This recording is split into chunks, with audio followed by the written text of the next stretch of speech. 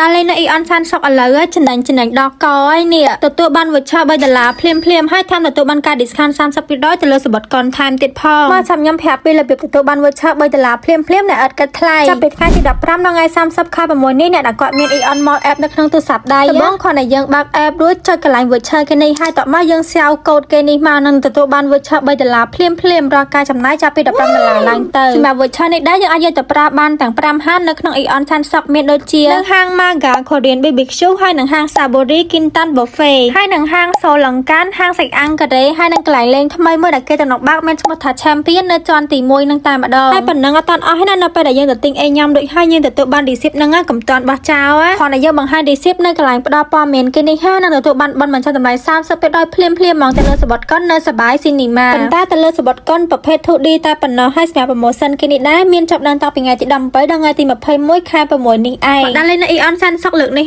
អត់ខាតទេមកទទួលបានវឹកឆើ$3ហើយថែមនឹងទទួលបានការ discount 30%ទៅលើសំបុត្រកុនទៀតអីយ៉ាចំណេញប៉ុណ្ណឹងហើយយកណោះទុកទៅអីទៀត